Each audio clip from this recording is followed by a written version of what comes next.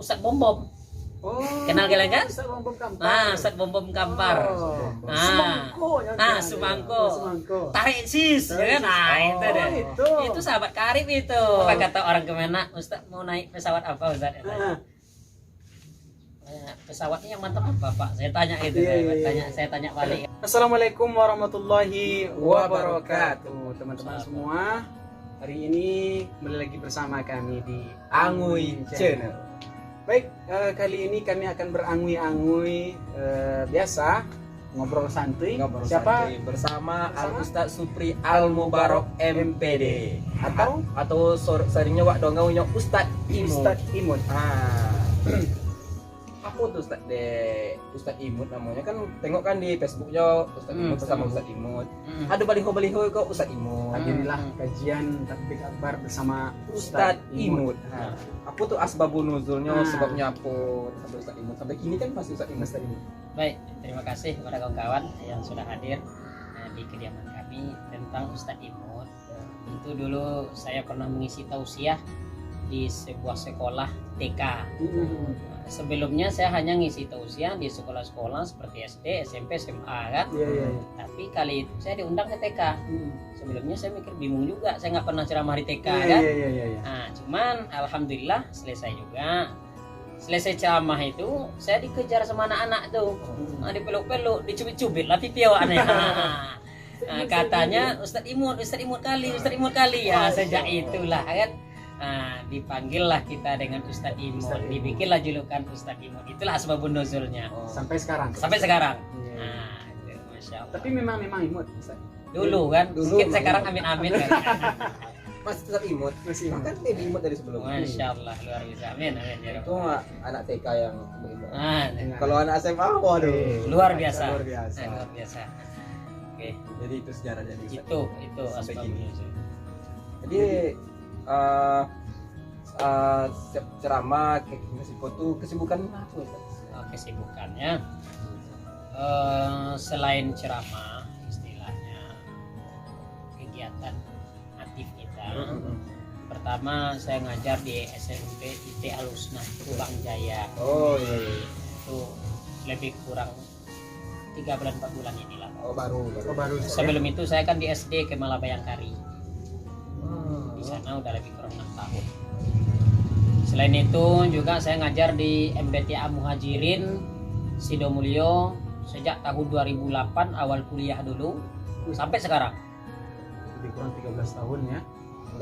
Ya, lebih kurang itu. Selain itu saya juga ngajar di kampus Stid Al-Kifayah Riau. Dosen sebagai tenaga pengajar, membantu kawan-kawan di sana aja. Selain ini di sana ada orang butuh ilmu kita coba untuk menyalurkannya supaya menjadi ilmu yang tafa'ul lebih berguna bagi orang banyak kan gitu. Setelah itu saya juga mengajar di pesantren Ukhuwah Islamiyah. Banyak Ustaz ya? Ya, itulah kan kesibukan sehari-hari kita. Ukhuwah Islamiyah itu baru kita dirikan tahun ini. Dan baru kita terima murid baru pada tahun ini satu lokal baru. Itu pun banyak yang kita gratiskan untuk anak yatim, fakir miskin. Juga di sana kita sebagai kepala sekolah. Di pesantren Ukhuwah Islamiyah itu kita singkat dengan UI. Nah, tapi bukan Universitas Indonesia ya, tapi Ukhuwah Islamiyah. Jadi tujuan kita bikin pesantren itu mana anak-anak yang keluar dari pesantren itu nanti tamat dari pesantren itu bisa berdakwah dengan tujuan memperbaiki hubungan Ukhuwah Islamiyah antara satu dengan yang lain. Nah, itu tujuan kita. Berarti fokusnya ke dakwah Ustaz ya? Bukan fokus ke dakwah aja, bukan sebenarnya. Kita kuning juga, tapi saya karena background saya juga salah satunya hobinya adalah dakwah, tentu saya akan memperdalami dakwah di sana dengan anak. Pidato. Alhamdulillah sampai saat ini adalah beberapa orang anak kita baru 3 bulan belajar, sudah ada beberapa orang yang berbakat di bidang pidato. Sudah bisa kita tampilkan di hadapan orang-orang banyak di saat ada acara-acara yang resmi lah gitu.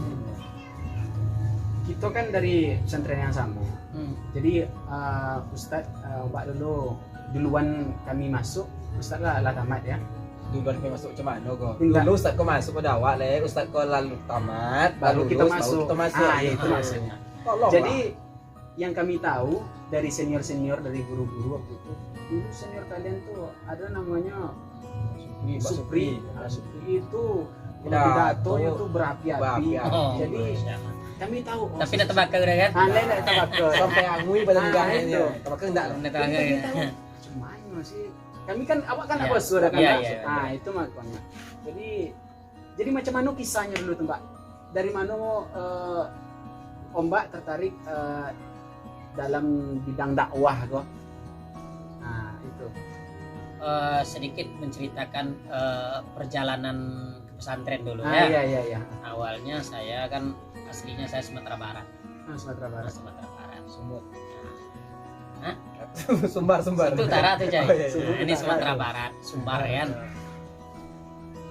Yang membawa saya ke pesantren Syekh Burhanuddin Kuntu itu paman kami, apa tahu bapak kita bersama kan, Ustadz Tengku Ja'far HS.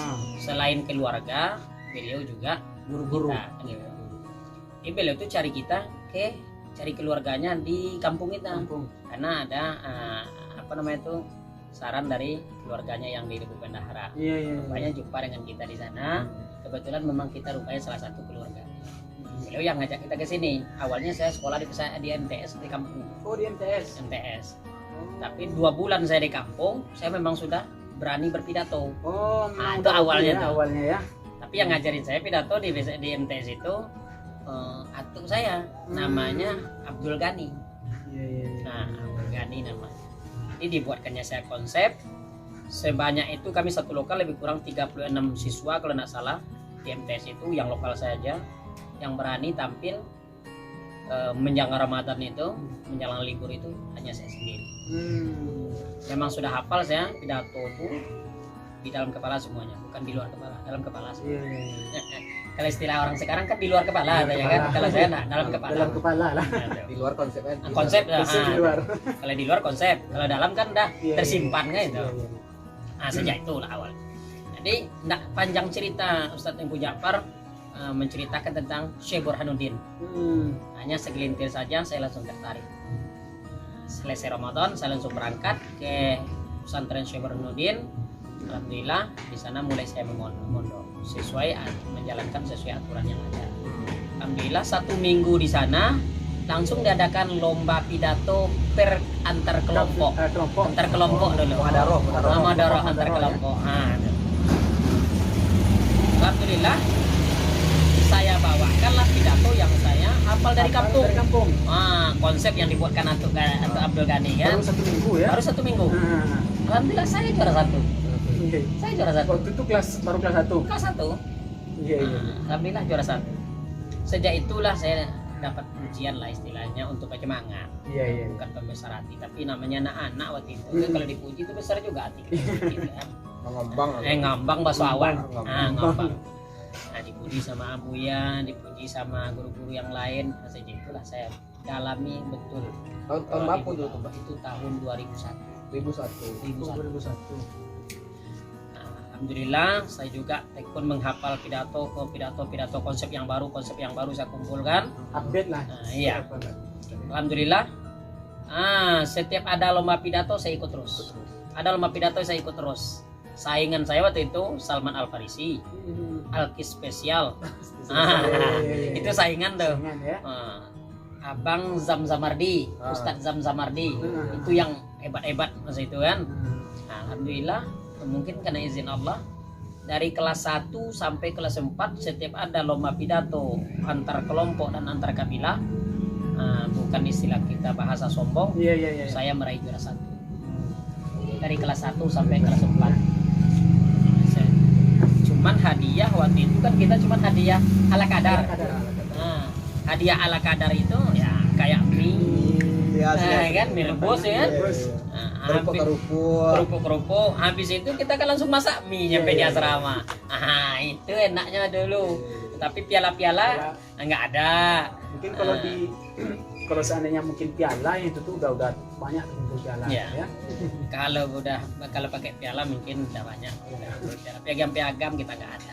Sekarang baru pakai itu kita kan. Zamannya beda kan? Zamannya ada berbeda. Beda kondisi. Nah, itu segelintir perjalanan dakwah di pondok. Namun setelah itu, setelah saya selesai di pondok, saya langsung masuk dengan biaya ala kadarnya, masuk ke Universitas Islam Riau, UIR ya? UIR. Tahun 2008 itu. 2008. 2008. Saya tinggal di masjid. Ini baru masuk tuh? Baru masuk ya. Iya. Saya tinggal di masjid Baitur Rahmat dekat Pondok Patin. Mungkin ada yang tahu kan? Oh iya. Tahun 2010 saya ditunjuk pihak kampus untuk pembicara atau pemberi materi pelatihan khutbah dan dakwah. Itu ada sertifikat kita. Itu masih semester Tahun berapa? Tahun 2010. 2010 ya, berarti masih semester 4 ya? Ya, semester 4. Iya, semester 4 ya. Saya ditunjuk untuk pemateri pelatihan khutbah dan dakwah. Oh, pemateri Di ya? pemateri di pelatihan khutbah dan dakwah di Fakultas Pendidikan Agama Islam. Nah, alhamdulillah, selain memenuhi panggilan di hari besar Islam, Isra Mi'raj, Maulid Nabi, tahun baru, ya, dan juga Ramadan. Selain itu, tahun 2013 saya dipanggil oleh Kemenak Provinsi Riau untuk mengikuti lomba dai muda. Ya, karena memang kita termotivasi di bidang dakwah, ya kita coba-coba kan. Nah, alhamdulillah lebih kurang 36 peserta di setiap Daerah? setiap kabupaten itu kami adakan acara di Hotel Ibis, lebih kurang 2 minggu acaranya. Alhamdulillah saya memasuki 6 besar babak penyisihan. Nah, tapi babak penyisihan yang 6 besar ini langsung final. Alhamdulillah final itu saya meraih juara 1 tingkat provinsi Riau. Kita ada sertifikat. Ada sertifikat gitu. Sudah itu saya juga 2 minggu 3 minggu setelah itu dipanggil oleh orang Kemenak provinsi, katanya, Ustadz, besok kita ada acara, 1 minggu lagi ada acara kita di pusat Ustadz. Nah, karena Ustadz juara 1, bersedia Ustadz untuk mewakili provinsi Riau. Nah, juara 1 dengan juara 2. Jadi yang juara 2 itu Ustadz Bom Bom. Kenal kalian kan? Ustadz Bom Bom Kampar. Nah, Ustadz Bom Bom Kampar. Semangko. Tarik sis, ya kan? Nah, itu deh. Itu sahabat karib itu. Nah, cuman karena beliau itu laki-laki ya, nggak mungkin kan pergi ke sana mewakili provinsi Riau tulang adu tulang kan? Itu maksudnya. Jadi laki-laki keduanya nggak mungkin. Jadi yang diminta itu papi. Jadi papanya dari kita, punya Ustazah. Jadi diambillah yang juara 3. Juara 3 itu kalau nggak salah dari Tapung itu, Delpa namanya, Delpa Nora. Nah, Delpa Nora. Jadi kami berangkat kalau nggak salah bulan Oktober itu ya, ke Jakarta.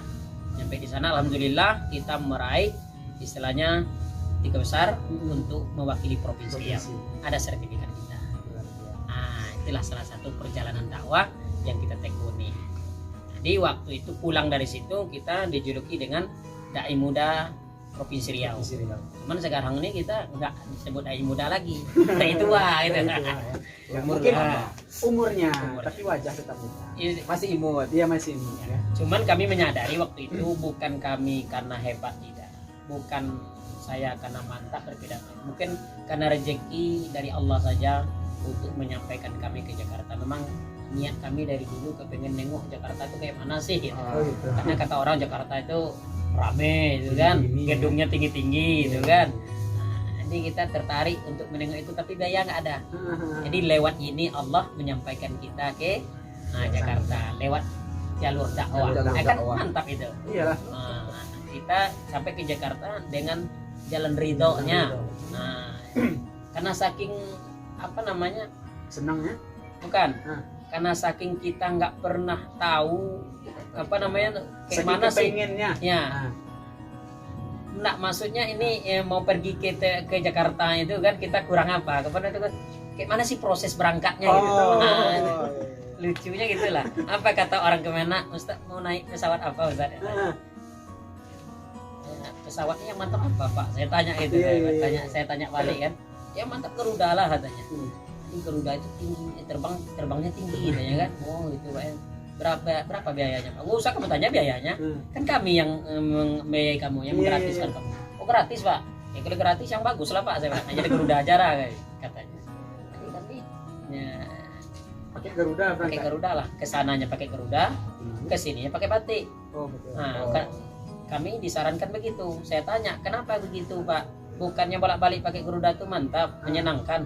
Ya Ustadz, kalau Ustadz kira kesananya pakai Garuda, nanti itu ongkos Ustadz ke Jakarta itu dibayar. Iya, iya. Baliknya ke sini Ustadz pakai batik, tentu ada sisanya. Wah, ini. Iya kan? Karena biaya Garuda kan lebih besar daripada Iyalah. batik. Nah, itu karena kita nggak pernah berangkat jauh-jauh pakai pesawat, jadi bingung kita kan. Kelas bisnis ya, Pak ya. Agak sulit sih. Nah, seperti itulah perjalanan dakwah saya yang diberi julukan dengan Ustaz Imut. Termasuk saya pribadi, tetap kita junjung tinggi adab kita kepada abuya dan guru-guru kita, karena kita sama-sama tahu bahwa adab itu di atas ilmu. Ilmu itu nomor. Tapi jangan lupa, setelah sukses, copek-copek menikah. Seorang imam baru dia mantap jadi imam kalau sudah menikah.